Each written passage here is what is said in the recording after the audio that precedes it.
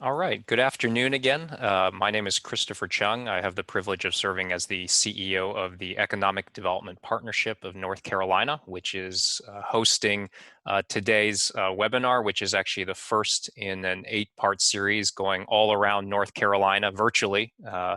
To talk about what we're doing to help existing businesses all around our great state. This is our Onward as One series. Throughout today's webinar, our team is going to be posting some updates to social media throughout this event. We certainly encourage any of you who are attending, if you find something interesting that you'd like to share with your social networks, by all means, please feel free to do that. You can use the hashtag Onward as One. Again, that's just hashtag Onward as One to go ahead and share anything to your social networks, just as our teams will be doing.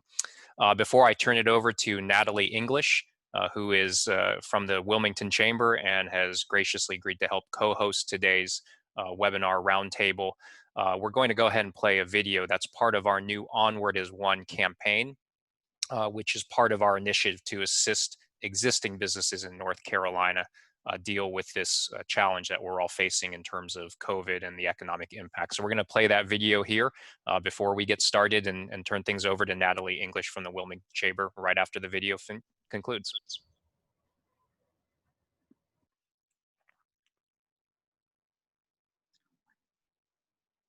Mhm.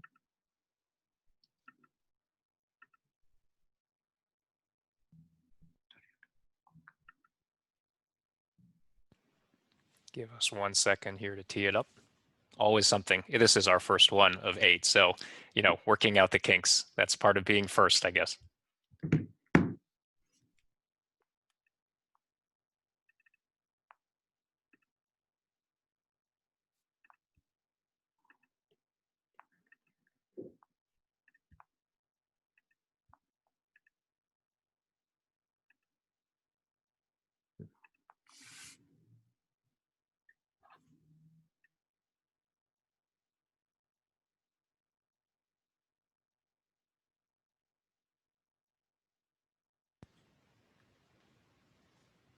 I'll tell you what, while our folks are figuring that out behind the scenes, hopefully we'll have a chance to share that, since a lot of people did put a lot of work into uh, assembling this video. Hopefully we'll get a chance here during the hour to share that with everyone. But in the interest of keeping on schedule to everyone's time and fitting in all the different perspectives that we have, I'm going to go ahead and bring up Natalie English, who's president and CEO of the Wilmington Chamber, who again has generously agreed to help co-host today's webinar. So Natalie, if you would kindly offer some welcoming remarks, and thank you again for participating in the first of this 8-part series around the state.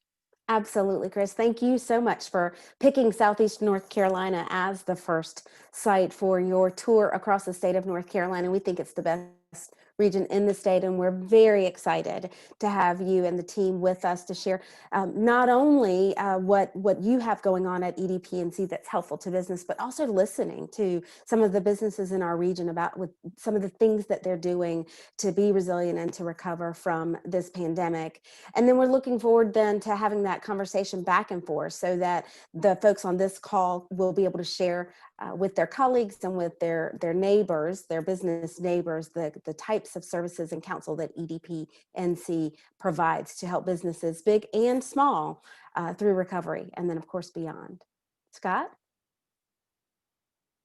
And Chris, thank you. And I want to thank Albert Eckel and his team at Eckel and Vaughn for putting this important opportunity together. I have the pleasure of working with my team here at Wilmington Business Development for a 65-year-old economic development organization that has been involved in all types of locations, expansions, and retention projects in this part of the world for many years. And certainly we've never seen anything like this past year. And we're excited to move forward, and we feel like we're in a great position, and again enjoy our partnership with EDPNC, a very critical ally of ours, and glad to be part of this. And welcome to our members and investors that are on this webinar. A lot of good folks on there listening to this, so thank you for having us.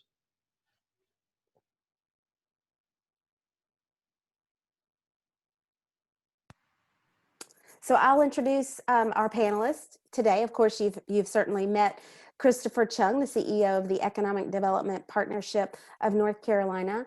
We have Hans Bean, who is Chief Commercial Officer of the North Carolina State Ports Authority. We have Corey Barnhill, who's President and CEO of Cardinal Foods. Tracy and Gerard Newkirk, who are co-founders of Genesis Block. John Loyak, who's Vice President of Global Business Services with EDPNC, and James Wolfe, Existing Industry Expansions Manager in the Southeast region for EDPNC. So thank you all. I'm going to start our conversation today with a question for every one of you, but I'll call on you in the right order. But I want each of you to give us a brief organizational update and then tell us what your organization is doing or seeing in light of the pandemic. So as you're thinking about your answer, Chris, we'll start with you. Tell us what EDP is seeing at this time. Sure. And so just really quickly about our organization. Our organization is probably best known for some of the work we do trying to recruit new companies to North Carolina. But obviously the focus of a lot of our work, including today's roundtable, is what are we doing to help remove growth barriers and solve expansion challenges for companies who are already here in North Carolina. It's important for us to go out there, of course, and try to attract new employers to the state, but we never want to do that at the expense of forgetting about all the existing companies that are already here. How do we help them continue to grow, to expand, to hopefully add jobs and make investment in the communities that they already call home? That's always been a big part of our work, but with this series, it's something we really wanted to shine a light on. In terms of what we're seeing, the effect of the pandemic clearly has been uneven depending on different industry sectors. I would say for a number of our manufacturing employers, they're fortunately in sectors that have actually seen an increase in demand due to changes of consumer behaviors during this pandemic. Whether those are companies involved in food processing and food manufacturing, whether those are companies that manufacture recreational products like boats and other marine products. I mean, there's been a shift of behaviors as people have been kind of isolated at home or not engaged in a lot of traditional activities they would, just because of some of the public health risks from COVID. And so if you're one of those companies in those sectors, we've actually dealt with a lot of those are in expansion and growth mode, whereas a lot of other industries that make up North Carolina's economy have unfortunately seen reduced demand. Because people are just not going about their daily activity and the kinds of consumption patterns that they normally engage in when there's not a pandemic. And I can't think of one that's more prominent than our leisure, hospitality, and tourism sectors.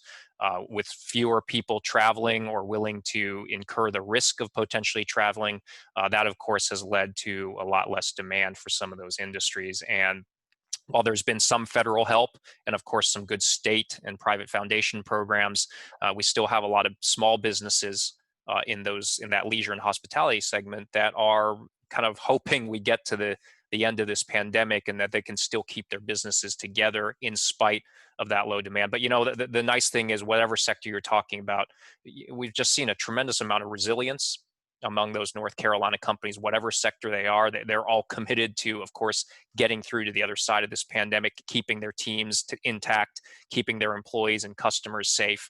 That's been tremendously encouraging. I think for us at the EDPNC, big part of our role here is how do we get in front of those companies? How do we arm them with the resources, connections, services, get them introduced to programs that will help them hopefully weather this pandemic even more than they have to date, and of course get through to the other side in a position where they can quickly thrive as soon as the economic recovery is complete. So that's a little bit of what we're seeing, and obviously John and James will expand a bit more on what they're seeing within this region of North Carolina. Thanks, Chris. John, is there anything you'd like to add? Well, I think the most important thing I can do today is make sure that the folks on the call are aware of James Wolfe and his work there in the region. And so if you don't know him yet, I definitely recommend as a part of this effort that you reach out to him and get to know him. And James? Yes, good afternoon. Thanks everybody for joining. My name is James Wolfe. I'm the existing industry expansion manager for the Southeast for EDPNC, and I look forward to working with your company.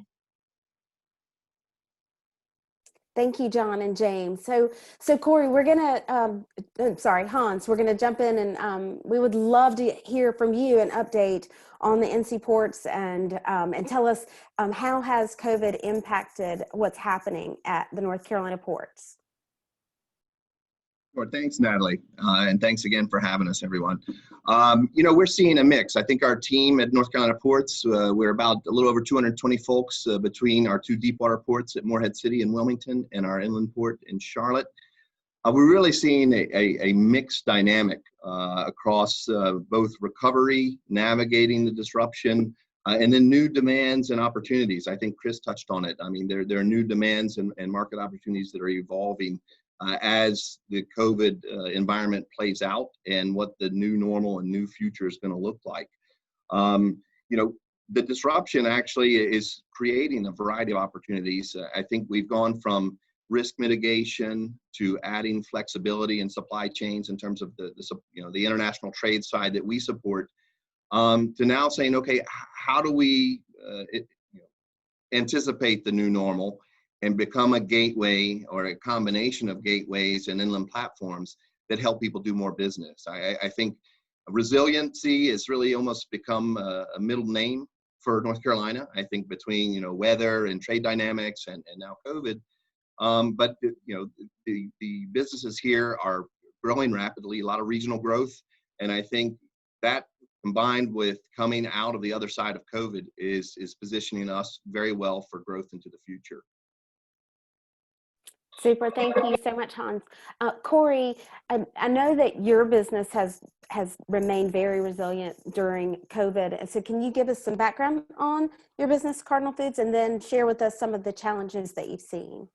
Yeah, most definitely. And, thanks for the invitation and for us to be able to participate.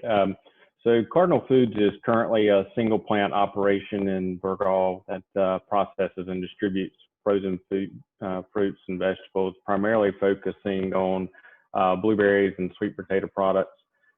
Prior to us acquiring the facility, it was a single purpose seasonal business. The intentional goal was to gain market traction in some other product offerings and expand production across 12 months versus just being a seasonal business. In 2019, we successfully met that goal and had determined that where we were going to expand next and how we were going to increase that capacity and deploy capital. Historically, I've targeted, as a business, is just distressed assets that am focusing on repurposing and injecting capital and building out a business to its full potential.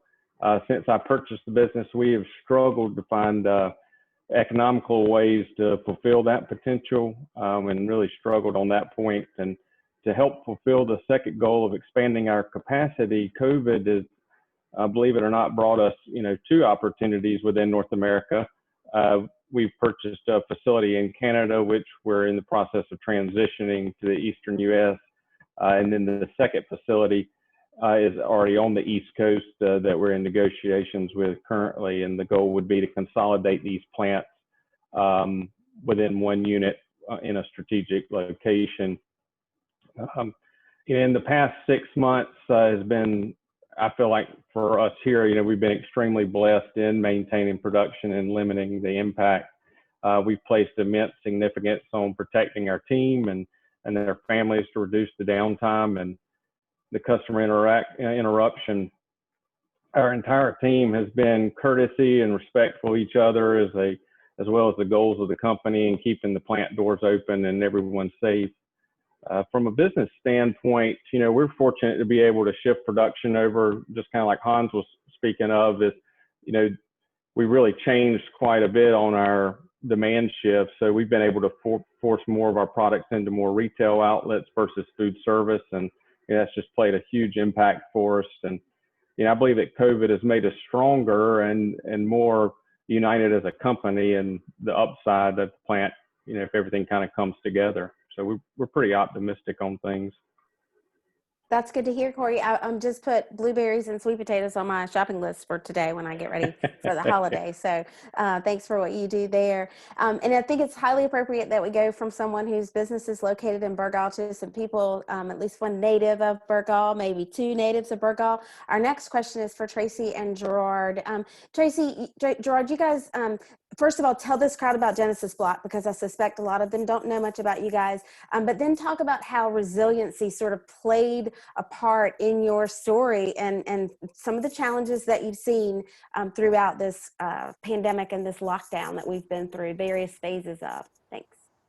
Well, good afternoon, everyone. And I am the native of Burgaw, North Carolina, proud native of Burgaw. So just a little bit about Genesis Block. We are a business development organization here in the Cape Fear region. We do this through three components. First, we have our co-working space here, which we just opened up this past Thursday right here on the waterfront in downtown Wilmington. Here we provide meeting space, event space, and office space for early stage entrepreneurs and small business owners. The second component relates to education. We've launched our Genesis Block Entrepreneur Academy, which provides programs, incubator programs, and accelerator programs.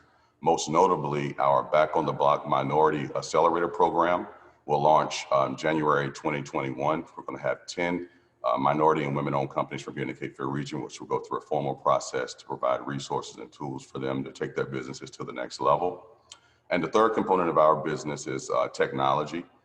We have created in partnership and with sponsorship with Castle Branch, what's called the Onward platform, which includes a website, which is a searchable database for Black-owned businesses here in the Cape Fear region. And the second component of that will be a mobile application, which will be served somewhat as an aggregator platform. It will pair MWBEs with anchor institutions and prime contractors in order to support minority participation rates with government and other organizations. And as we look at the challenges that you spoke about, Natalie, with the businesses that we've been working with, when we started working with them at the beginning of COVID, we were looking at that assistance for the PPP or EIDL, and a lot of our businesses, based on the way that they're structured, weren't eligible for that. Most of the companies that we work with were startups and lifestyle entrepreneurs. And so what we've seen that they've done is they've done a quick shift of their emphasis and their focus to more looking at their operations and then looking at their digital, social, and online presence, and really focused on getting themselves out there in front of their audience, outside of their comfort zones. They started doing Facebook Lives and really pumping up their social media to get sales. They started partnering with each other if it made sense, such as the food truck and our seasoning people and our sauces people coming together and capitalizing on each other's audiences. We have a chiropractor and a wellness coach. They started doing things together. So what we saw was, in that shift, even our chiropractor created her own digital brand, started promoting and educating and exercises online, and started driving people to her office. She actually grew in a pandemic. And we saw that happen to quite a few of our businesses, where when they really got focused on their operations and really came out of their shells socially on social media, they started to grow and engage and drive people to their businesses in greater ways. And so we saw that resilience. When you think about that resiliency, when they were able to be operationally sound and having the ability to shift, we saw growth. Yeah, and I'd be remiss if I did not thank Tracy for her service on the board of the Wilmington Chamber and the connection that she brings to meet our vision to promote prosperity in our community by encouraging business growth. They're doing great things. So Chris, how can Southeastern North Carolina and the state position ourselves for future growth in light of the pandemic? And then what are the top challenges and the top opportunities for us? Sure. Well, I mean, I think one of the reasons we started off here in the southeast part of the state is when you look at this region, the 14 or so counties that make up this corner of North Carolina, it's actually probably the most diverse segment of the state. You've got everything from agriculture and agribusiness, as well as downstream activities like Cardinal Foods in terms of food processing and food products. You've got a tremendous military presence, which of course is a huge economic employer in its own right. Tourism, how can you sort of leave out tourism? It's such a big part of the economy in Southeast North Carolina. You've got a lot of great manufacturing entities, everything from aircraft components up in the northern part of the region to nuclear energy products, of course, right there in Wilmington. So it's a tremendously diverse economy, which I think is definitely helpful, right? It means the region is not over-invested in one sector, where if that sector suddenly hits a major headwinds, the entire economy of the region is in trouble. I think by having a diverse economy, Southeast North Carolina is already pretty well positioned. In terms of things to do moving forward, I think whether it's to allow for the continued growth of existing employers, be it manufacturers, be it some of your nascent fintech cluster that I know is centered there around Wilmington with companies like Live Oak Bank and everything that they're doing, or pharma companies like PPD, or whether it's about attracting new employers to the region. I still think you got to continue to invest in building blocks like education and infrastructure. Education, be that K through 12, community colleges, four-year universities, that really is what's feeding your talent pool. So both your existing employers as well as any new employers you hope to attract to the region, they have to be somewhere where they know they can get the talent. And your entire education system is what is going to feed into that talent pool that this region has to offer to companies of all sizes, whether they're there in the region today or whether you hope to get them down the road. Infrastructure, you heard Hans talk about some of the things that the North Carolina ports are doing. That is a tremendously unique asset. The two seaports that we have in Southeast North Carolina give us a tremendous logistical advantage for a lot of different industry sectors. And the state's invested in some of that. Hopefully the state will continue putting resources towards building out our ports, because that can be a crucial way for our companies in North Carolina to get to global markets. And then, of course, infrastructure is beyond just transportation. It's also things like broadband. You're talking about some of the businesses that Genesis Block has helped out. That wouldn't have been possible 10 years ago without some of the high-speed fiber connectivity that we have today. So fortunately, I think some of these entrepreneurial efforts are possible because there's been a good build out of technology, but we got to keep putting money towards building out and making sure everyone can access some of these technologies. So those are some things that I think are important. And then the entrepreneurship piece, again, what Tracy and Gerard do for a living. I mean, that's key, right? Everyone puts so much attention on attracting companies in from outside. That's important, but take care of the companies that are already there today and help people build new companies in the region that are going to have a very strong connection to the community years from now because they got their start there. I think those are some things that any region, and of course North Carolina, if we keep doing those things well, I think we'll be in a really good position. Thanks, Chris. And I do think to underscore the difference in infrastructure needs in our region, when you think about those ports facilities and needing to maintain the dredging, right? Other parts of the state don't have to think about that kind of infrastructure investment. And we've just been talking about that in our region and the need, Hans, to support the dredging more across the calendar and not in the concentrated time periods we currently have to do. But in the meantime, this year we've watched the ports experience year over year increases in volume despite the pandemic. So what does this say about our economic outlook from an import-export perspective? And do you think this can be partially attributed to COVID trends like nearshoring supply chains? Thanks, Natalie. Great question. Great question. And really, we see it's a combination. I really think, nearshoring was already occurring in a sense as a gateway. As NC Ports, we're very diverse in terms of the markets we're connecting to in terms of Americas and Asia and Europe.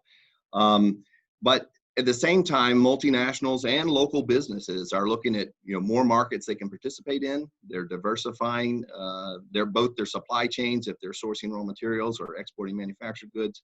So it really is a broad mix of what's happening. And I think I mean, ultimately, in terms of the investments that we've made just over the past couple of years, you know, a lot more vessel calls, a lot more trains connecting to the port. That's all very positive, but ultimately it equates to being able to better serve the businesses and that diverse economy here in North Carolina that Chris touched upon. And we're seeing across all the sectors, we're much more equipped to serve industry here. So from an import-export perspective, it's bright. I mean, we see, yes, there are challenges everywhere. But with that disruption, I mean, building materials, automotive, aerospace, our agriculture side, which is really our largest segment, but also home, furniture, apparel and textiles, so many verticals where they're adapting and they're pivoting and they're seeing the new demand. Either it's responding to COVID or e-commerce and other changes in buyer patterns or changing the supply chain requirements. So, you know, our port and what we see as a state, North Carolina, it is a very balanced import-export trade, which is quite unique. And so very positive there. And I think also just our relationship with EDPNC. I mean, it's a team with a holistic view across the state to be responsive across regions, verticals, existing business, and new business recruitment. So great partners there. So I think what we've done on the hardware side, our capabilities increasing, our ability to serve is increasing, and the ingredients in the state are very positive, I think, as EDPNC works with partners to help more people know about what's going on here in North Carolina. And of course, underscoring the fact that we have the fastest turnaround times on the East Coast, right, at our port. Well, I tell you, Natalie, I'd have to say, you know, the investments, and I have to thank, you know, our state leadership and our board and our General Assembly. It, you know, over the past 5 years, it's really been a new vision and a turnaround in a lot of ways, in a positive way. But those investments are very much paying off.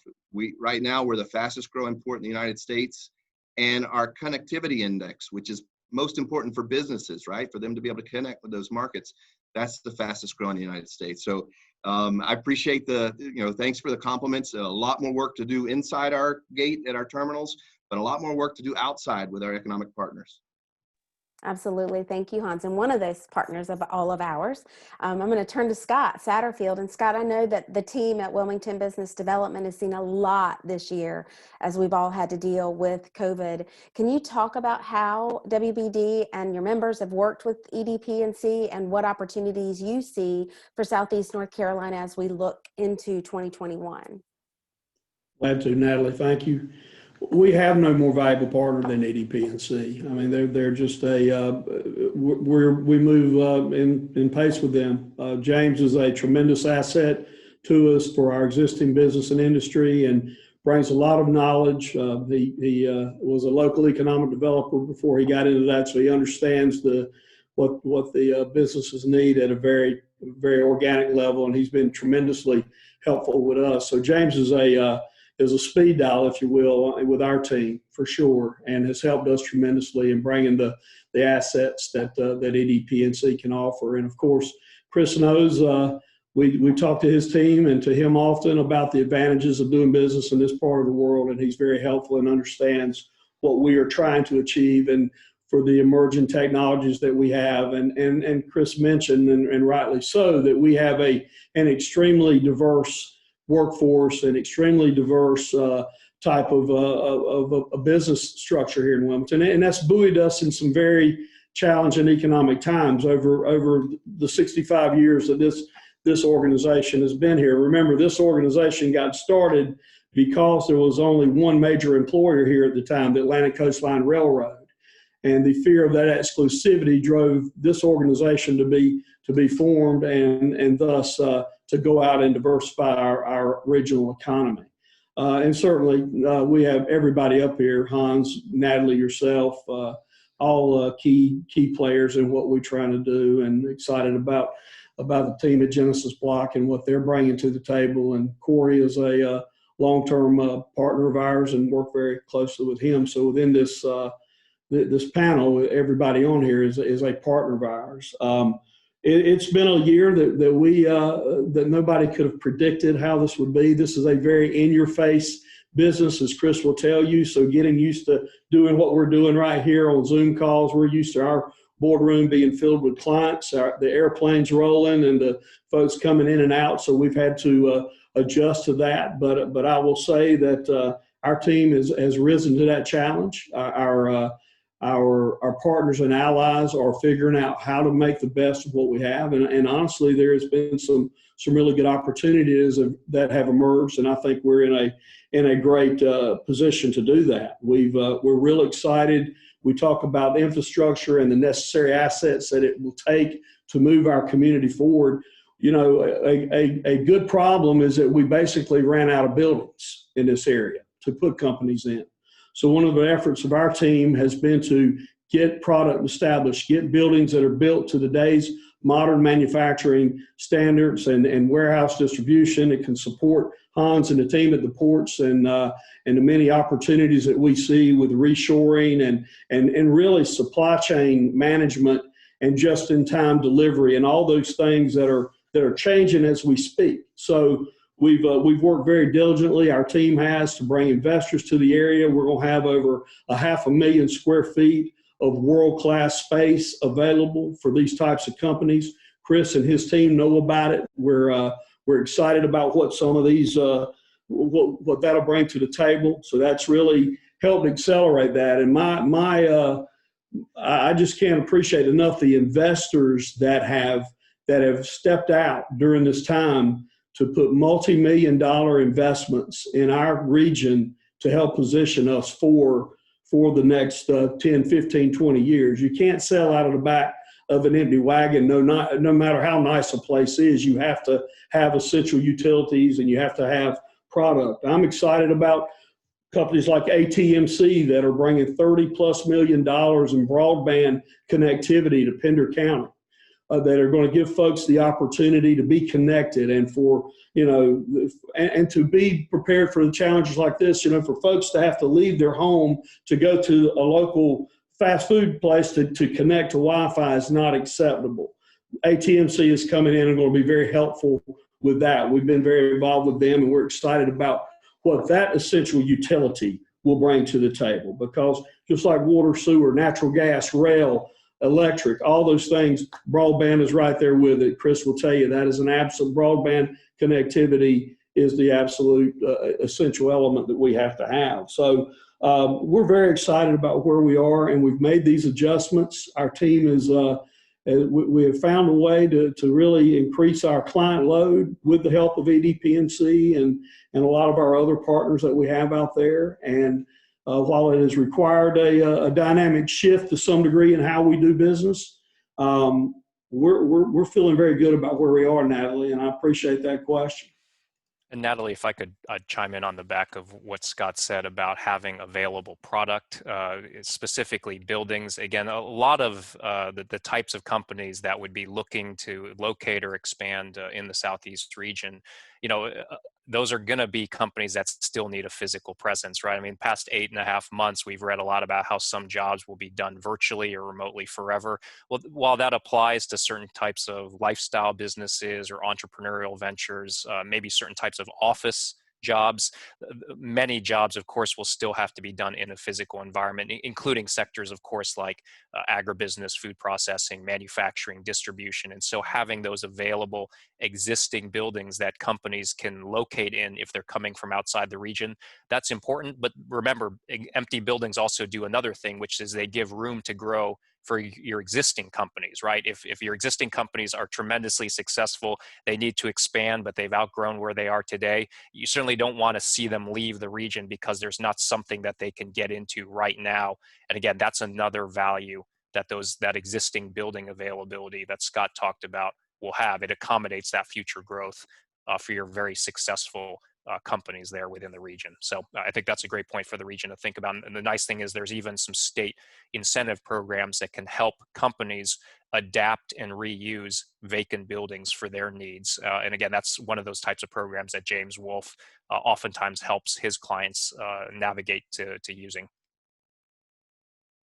Super. Thanks, Chris, for adding that. And thank you for the partnership that EDPNC is with WBD. We know how critical that connection is.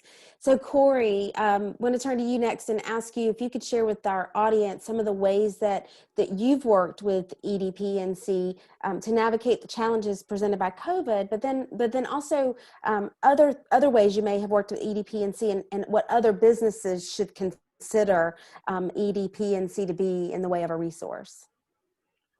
First off, like several, I mean, I had very limited knowledge of EDPNC kind of going into this. And so going back to, our initial purchase of the Burgaw facility, Scott played and Wilmington Industrial Development played an instrumental role in navigating the hurdles and, kind of pulling the plans together of keeping the doors open in Burgaw.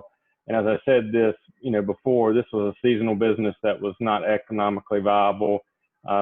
Scott helped in his group with the guidance of understanding wastewater restrictions and the requirements of all the municipalities involved, and really structured a partnership environment with myself and the municipalities and the state. So without Wilmington Industrial Development and those guys, I mean, Cardinal Foods and Burgaw wouldn't exist the way it does today. But, I expressed this in our intentions to expand production along the East Coast. 6 months ago, Scott and I started having some dialogue regarding other opportunities and what these look like long term and the possibility of this expansion taking place in North Carolina versus neighboring states. And Scott immediately made the introduction to James, who really just opened up the menu of assistance at the Department of Commerce and others within the state government offices offer. And prior to these conversations, I had limited knowledge of the inner workings of incentives and partnerships that the state offers. And, I recall our first conference call with James, I walked away with just this full page of ideas and departments within North Carolina that assist in a wide array of topics from, wastewater to export customer potential introductions and community college training for employees. So I'm sure that anyone that's involved in an operating business, you've explored these state and federal programs. And if you're like me, you're overwhelmed by all the information and how to go about and navigate it. And I would describe James as kind of like a tour guide, through these programs. He understands, how they work, who to talk to, how to get things done, right down to who's going to answer the phone when you call a certain office. And in today's environment, especially state governments are competitively seeking growth opportunities, and business owners don't have the time to understand what partnership opportunities are out there. And, having organizations like, EDPNC and, Wilmington Industrial Development are, critical to the success of these areas and making those introductions happen. So I can't be more complimentary on what James has brought to the table for us, and really, like I said, gave a tour guide approach to helping us in creating these partnerships and hopefully making this thing happen. That's great, Corey. I think to underscore, I tell people a lot as a chamber CEO, I'm an inch deep and a mile wide, but I know who I need to call when I need something. And when it's about resources to expand a business, to grow a business, a lot of times those connections have to be those people like James who know where to find those programs, Scott, who knows how to connect the right people to do things, and Chris and the rest of the team at EDPNC. And then, of course, my friends Tracy and Gerard and some of the things that they are doing, they're going to make a real impact in Wilmington to help small businesses grow and thrive, and especially during COVID, but on. This vision of theirs started before the pandemic, and they've been able to set it in motion during the pandemic. So Tracy and Gerard, what opportunities do you see how you can connect with EDPNC and maybe work together coming out of the pandemic and to grow the economy in Southeastern North Carolina? Yes, thank you, Natalie. From when we look at the EDPNC strategic goals, there were two that stood out to us, and that is supporting the needs of existing businesses that are doing exactly what Corey spoke about, trying to expand.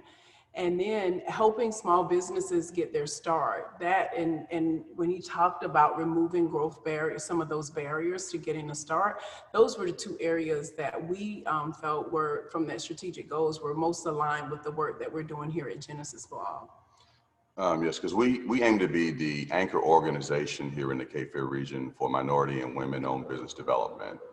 And so we have kind of two components to that. We have a Jumpstart membership that we just started, and this is for very early stage entrepreneurs. This is at the beginning stage and is almost before ideation, where we help give them the bones and structure to form a foundation for their business. We also have our Back on the Block Minority Accelerator, which is going to produce companies. They're already revenue generating. They just need access to networks, funding resources in order to scale their businesses. Because here at Genesis Block, we have 3-year breakthrough goals and what we call the Cape Fear Build a Block plan.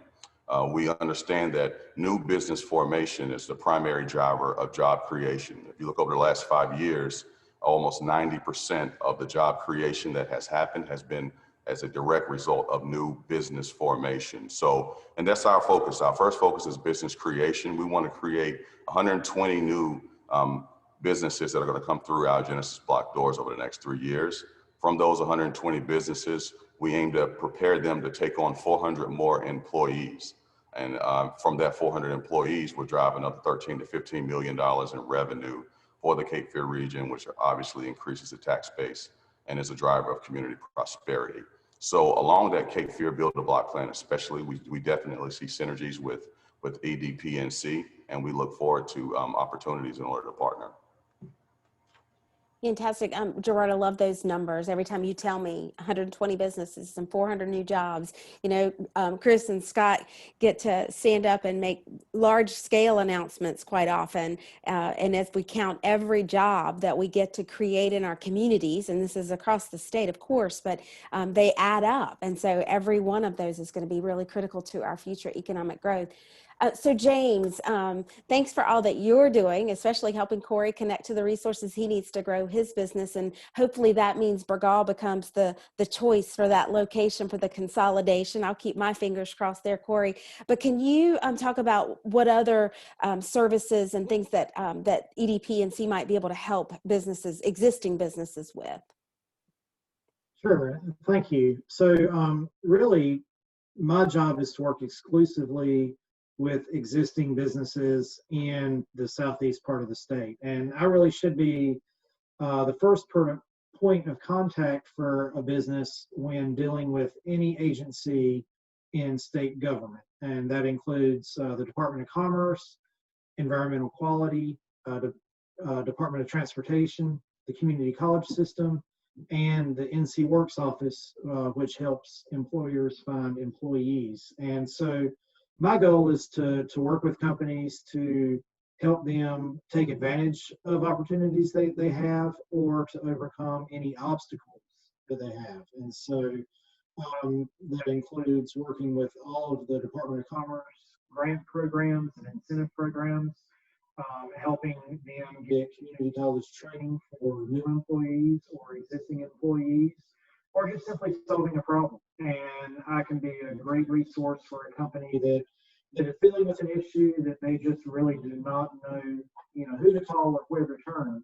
And if I don't know the answer, it's my job to find out the answer and put them in contact with the right person. And oftentimes, when I'm involved, it can cut out some of the red tape and speed up the process and get answers pretty quickly. So I love my job, and I'm excited to work with existing industry in this part of the state. And so I just want to help all of our companies and industries be as successful as possible. Great. Thank you, James. Before I turn this back over to the EDPNC leadership hopefully we'll get to see the video, and then for their closing comments for you all, I have one question for each of you, and we'll go down the list. I'll call on you in order. I want to know, are you bullish or are you bearish on the North Carolina economy coming forward? And so let's start with Tracy and then Gerard. I'd say that we are bullish on that. I'm definitely excited to see the small businesses and startups that are excited in these uncertain times to get access to support and assistance in maneuvering the entrepreneur ecosystem. That takes a lot of tenacity and resilience. And I am hopeful that this is the start of a continued conversation and further partnership with EDPNC as well. I assume that's a shared view, Gerard, but tell us more. Yeah, we're definitely riding with the bulls just based off of our own data points. We know that as far as segments of the population, female women of color are the largest entrepreneurship segment in the country, and our numbers reflect the exact same thing. And I think one thing that COVID has done is given people the time to sit down to dream and aspire. So a lot of the people that are reaching out to us via social media, coming into the office here directly or via phone or contact, are people that are existing in the workforce but have that idea that they are ready to launch. So we're very bullish in the entrepreneurship sector in Southeastern North Carolina. That's great. Corey, how about you? Yeah, I'm bullish for sure. I think the state has come a long way in attracting businesses here. North Carolina has just, in my opinion, has been at a disadvantage to our neighboring states regarding, things that like Hans spoke about, infrastructure, and it's clear that they are putting the capital to work in these key areas, such as the port, intermodal, public works, which should really pay off for businesses and also, North Carolina citizens. So, thank you. Scott. I think the arrows are green. If we're looking at the big board, it's green. You have to be bullish. And I do want to say, and for Tracy and Gerard, I got to step back a second. The small business community is absolutely critical in what it does. And I'd be remiss if I didn't mention that New Hanover County asked us to serve as a third-party administrator along with Live Oak Bank to distribute 130 businesses $10,000 each during the COVID that helped some small businesses move ahead and keep their doors open. So kudos to what you all are doing. I was remiss in not mentioning that as I got to rambling about everything else. But we're riding with the bulls here. I can tell you that we've got over 500,000 square feet of quality space and all the amenities that we have here in Southeast North Carolina. So we look forward to seeing Chris and his team as very frequent guests in our community over the next few years for sure. Thanks. Hans, what are you guys seeing at the ports? Bull or bear? I hate to pile on, but I'm going to have to. It comes down to just a few things. If you take a very simple summary, our metrics are often a leading indicator, and obviously that's what we're seeing on the ground. But when I look at the entire picture, it's come down to two words: opportunities and alignment. And North Carolina has tremendous ingredients. You see the partners here, great partners, and the state is mobilized. And I think we see it in metrics, but that's really only an indicator of what's happening ashore, what's happening in the state. So definitely bullish. And I think we're just starting to see, another phase in North Carolina where these ingredients and that alignment come together just to create more opportunities. So. Sure. And before I hand it back to you, Chris, I do want to add that I also am bullish because I believe we have in place policymakers who are willing to make the hard decisions about those infrastructure investments that we need.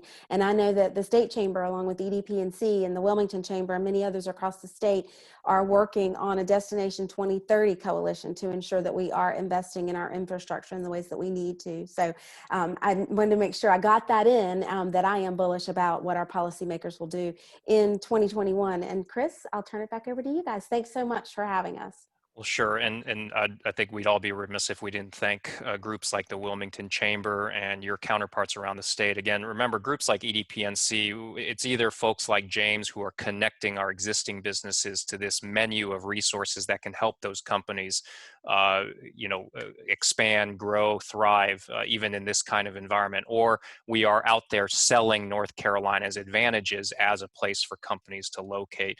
But how do we make sure we've got a good product to take out there? How do we make sure the business climate that we're selling is an attractive one? Well, a lot of that really is thanks to the efforts of groups like Chambers of Commerce who are involved in public policy. They're involved in advocating for business-friendly policies business-friendly legislation, laws and rules that will allow our entrepreneurs to succeed, that will allow our small and large businesses to continue to flourish.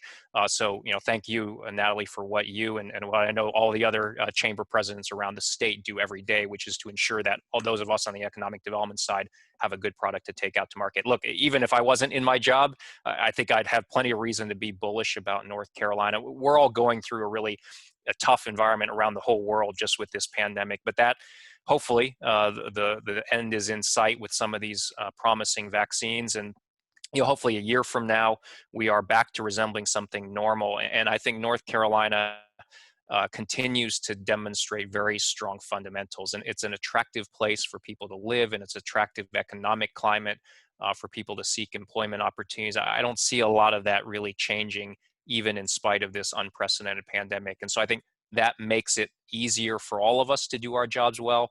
And of course, it's really heartening to see what groups like Genesis Block are doing, what companies like Cardinal Foods are doing. I mean, really, they are the ones who deserve the credit for the job creation and the community investment that we all hope results from economic development. Our job at EDPNC is we simply want to help those companies that are so focused on what they're trying to do, what products they make, what services they do. We just want to help them connect with the resources and services that can help them do even more of that right here in North Carolina. So it's always a privilege when we get to talk with and assist those companies. And we do hope that many of them who are participating today will reach out to James or other members of our team just to see if there's something we can do in our role to help you, because we really do appreciate everything that all of you companies do for the economy of Southeast North Carolina and frankly, our entire state. Well, thank you, everyone. And before I make final remarks, I'd like to ask the team if we could try to launch that video one more time.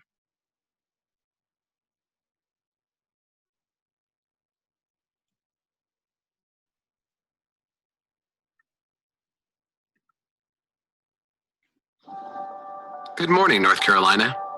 It's a new day.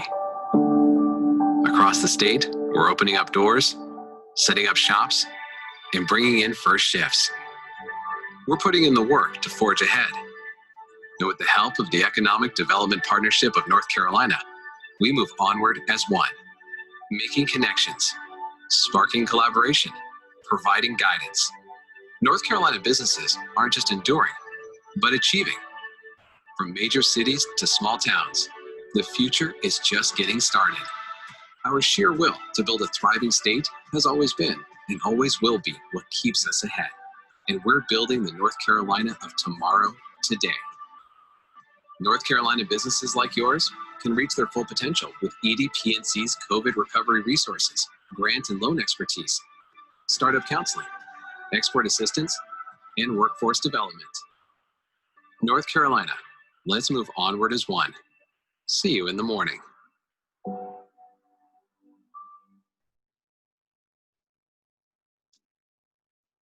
So thank you all very much for joining us today. Hopefully you gained some insight on the value of all our partners and everything that the folks that you've heard from today have to offer, especially when we work together.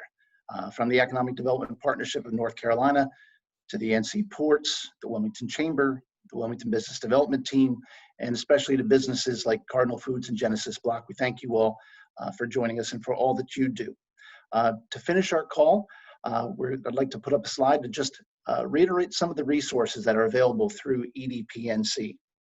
And the things that I'd like, maybe as a call to action, I'd like folks to remember is that we are an organization that is here to serve North Carolina businesses across the spectrum, all sizes and all needs, all industries. We have answers for you.